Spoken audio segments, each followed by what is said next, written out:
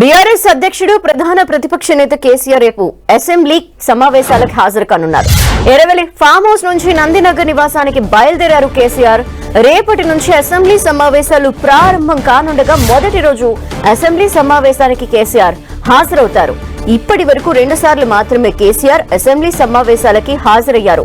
మొదట గవర్నర్ ప్రసంగానికి, రెండోసారి బడ్జెట్ ప్రసంగం సమయంలో అసెంబ్లీకి వచ్చారు కేసీఆర్.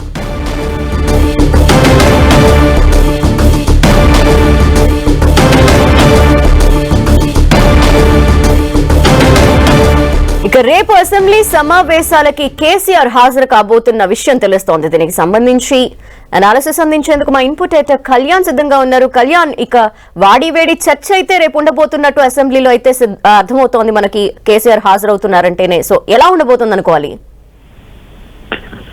ఖచ్చితంగా ధనలక్ష్మి, కేసీఆర్ రేపటి అసెంబ్లీ సమావేశాలకు హాజరు కావడం అనేది తెలంగాణ రాజకీయాల్లో, ముఖ్యంగా అన్ని రాజకీయ పార్టీల్లో కూడా ఒక చర్చనీయాంశంగా మారుతుంది. ఎందుకంటే గత కొద్ది రోజులుగా కేసీఆర్ అసెంబ్లీ సమావేశాలకు రావట్లేదు. అటు రేవంత్ రెడ్డి కూడా పదే ముఖ్యమంత్రి రేవంత్ రెడ్డి పదే కేసీఆర్ అసెంబ్లీ సమావేశాలకు రావాలి, ప్రతిపక్ష నేతగా సలహాలు సూచనలు ఇవ్వాలి అంటూ ఓవైపు చెప్తున్నారు, మరోవైపు అనారోగ్యంతో ఉన్నారు, కేసీఆర్ రాజకీయ జీవితం ముగిసిపోయినట్లే అంటూ మాట్లాడుతూ వచ్చారు. ఆ రకంగా కన్ఫ్యూజన్ నుంచి కేసీఆర్ మొత్తానికి అందరినీ బయటపడేశారని చెప్పుకోవచ్చు. ఎందుకంటే వారం రోజుల క్రితం మనం చూసాము, ఆయన దాదాపు 3 గంటల పాటు బీఆర్ఎస్ పార్టీ కార్యవర్గ సమావేశాన్ని నిర్వహించారు. అందులో చాలా అంశాలు ప్రస్తావించారు. ఆయన్నే వాటర్ డిస్ప్యూట్ ని కూడా లేవనెత్తింది ఆయన్నే.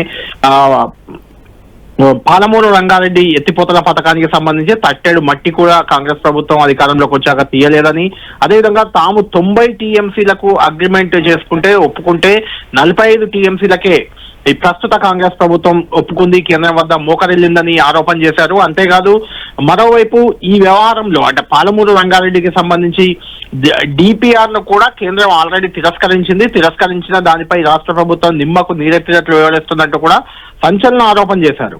ఆ ఆరోపణలతోటి కాకుండా తెలంగాణ పాలమూరు రంగారెడ్డి పరిధిలో ఉన్న 3 జిల్లాలు రంగారెడ్డి, మహబూబ్ నగర్, నల్గొండ 3 జిల్లాల్లో కూడా 3 బహిరంగ సభలు నిర్వహిస్తున్నామని ప్రకటించారు.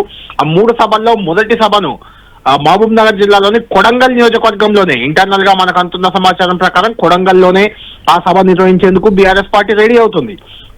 ఇదే సమయంలో ఈ ప్రకటన చేసిన తర్వాత రాష్ట్ర ప్రభుత్వం అంటే ముఖ్యమంత్రి రేవంత్ రెడ్డి సీరియస్ గా రియాక్ట్ అయ్యారు. కేసీఆర్ చెప్తున్న దాంట్లో వాస్తవాలు లేవు, అన్ని అబద్ధాలే అంటూ ఆయన ప్రెస్ మీట్ పెట్టి తెలిసి చెప్పారు.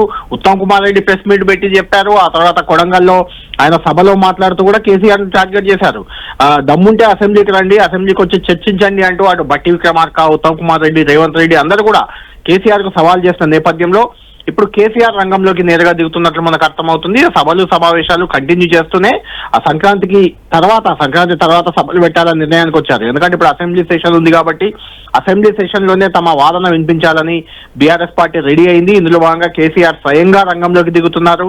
రేపు అసెంబ్లీలో వాతావరణం మాత్రం చాలా సీరియస్ గా ఉండే అవకాశం ఉంది. ఎందుకంటే కేసీఆర్ ఇప్పటి వరకు 2 ఏళ్లలో రేవంత్ రెడ్డి ముఖ్యమంత్రి అయినాక 2 సందర్భాల్లో ఒకసారి ప్రమాణ స్వీకారం చేసే సందర్భంలో గవర్నర్ ప్రసంగానికి, ఆ తర్వాత ఒకసారి బడ్జెట్ సెషన్ కు మాత్రమే హాజరయ్యారు.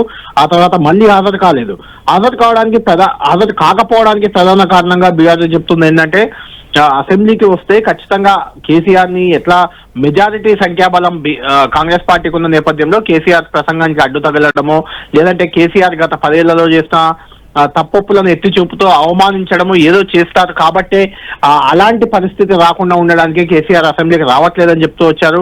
కానీ ఇప్పుడు కేసీఆర్ లేవనెత్తిన అంశంపై అసెంబ్లీ సెషన్ ని ప్రభుత్వం నిర్వహిస్తున్న నేపథ్యంలో దీనికి రాకపోతే రాంగ్ ఇండికేషన్ వెళ్తుందనే అభిప్రాయంతో కేసీఆర్ స్వయంగా రేపు పాలమూరు రంగారెడ్డి ఎత్తిపోతల పథకానికి సంబంధించి చర్చించేందుకు అసెంబ్లీకి రాబోతున్నారు. అసెంబ్లీలో ఎలాంటి వాతావరణం ఉండబోతుంది, కేసీఆర్ కు ప్రసంగించే అవకాశం దక్కుతుందా, అవకాశం దక్కితే మిగిలిన కాంగ్రెస్ సభ్యుల నుంచి ఎలాంటి ప్రతిఘటన ఉంటుంది? ఎందుకంటే కాంగ్రెస్ సభ్యుల్లో కూడా చాలా అగ్రెసివ్ గా ఉండే సభ్యులు కొంతమంది ఉన్నారు. మరి వాళ్ళు కేసీఆర్ ప్రసంగానికి అడ్డుపడతారా, లేదంటే బీఆర్ఎస్ పార్టీ వైఫల్యాలను ఎత్తి చూపేందుకు రేవంత్ రెడ్డి ఈ సభను, ఈ సమావేశాలను వాడుకుంటారా అనేది కూడా కొంచెం ఇంట్రెస్టింగ్ గా మారింది. ఎందుకంటే రేపు కేసీఆర్ వస్తారు.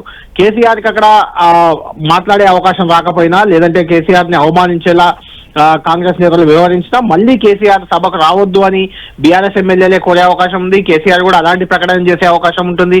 కాబట్టి కేసీఆర్ వచ్చిన ఈ సభను సవ్యంగా నడిపేందుకు ప్రభుత్వం మొగ్గు చూపుతుందా, లేదంటే కేసీఆర్ ను మరొకసారి మనం చూసాం కొడంగల్ సభలో చాలా అగ్రెసివ్ గా సీఎం రేవంత్ రెడ్డి కేసీఆర్ పై మాటలు దాడి చేసిన నేపథ్యంలో రేపటి సభలో కేసీఆర్ పరిస్థితి ఏంటి, కేసీఆర్ ఏం చెప్తారు, కేసీఆర్ ప్రసంగానికి కాంగ్రెస్ నుంచి ఎలాంటి స్పందన ఉంటుంది, ఏం జరగబోతుంది రేపటి అసెంబ్లీ సెషన్ లో, రేపటి సభలో, రేపు జరిగే సమావేశాల్లో అనేది అయితే ఇంట్రెస్టింగ్ ఫ్యాక్టర్ గా కనిపిస్తుంది Dhanalakshmi. Yes, thank you Kalyan.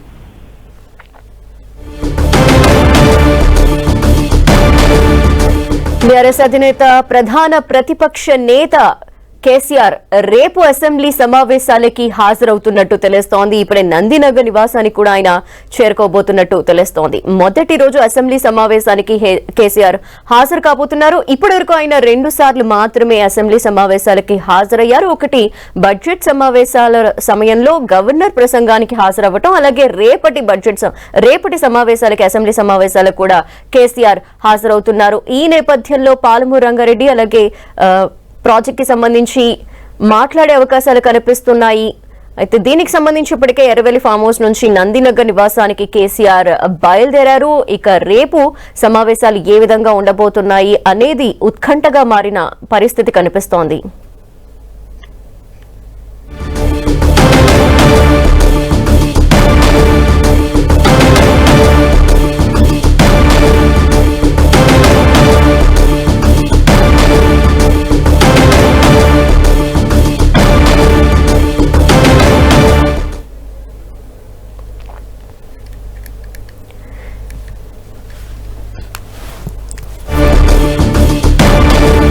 రేపటి అసెంబ్లీ సమావేశాలకు సంబంధించి ఇప్పటికే ఎర్రవెల్లి ఫామ్ హౌస్ నుంచి నందినగర్ కి కేసీఆర్ బయలుదేరారు. దీనికి సంబంధించిన కంప్లీట్ డీటెయిల్స్ అందించేందుకు మా ప్రతినిధి తిరుపతి చారి సిద్ధంగా ఉన్నారు. తిరుపతి చారి,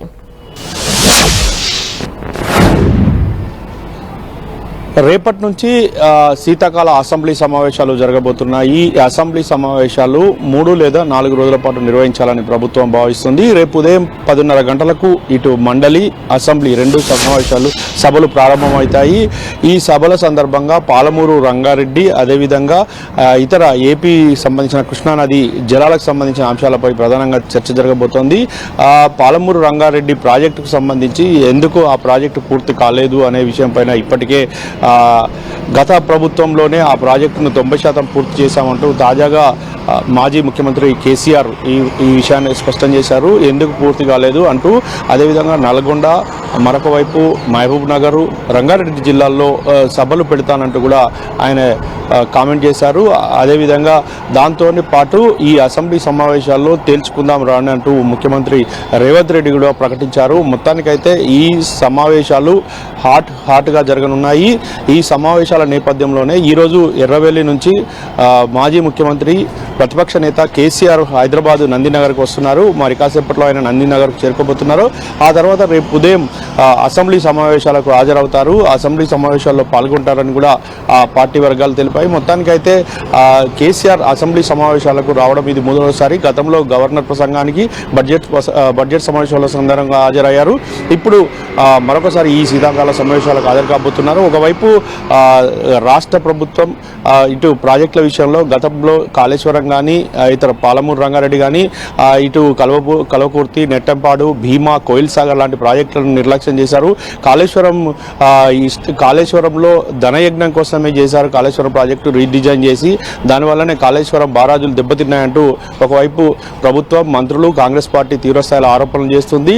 అదేవిధంగా గతంలోనే విచారణ పూర్తి చేసింది. దానికి సంబంధించి సిబిఐకి కూడా అప్పగించింది. అయితే ఇదిలా ఉంటే మరొక వైపు ఇప్పుడు పాలమూరు రంగారెడ్డి అంశాన్ని మాజీ ముఖ్యమంత్రి కేసీఆర్ లేవనెత్తడంతో ఈ సమావేశాల్లో దీనికి సంబంధించి పూర్తిస్థాయిలో చర్చించబోతున్నారు. మొత్తానికైతే ఈ సమావేశాలు మొత్తానికి వాడివేడిగా జరగనున్నాయని చెప్పుకోవచ్చు ధనలక్ష్మి. Thank you Chari.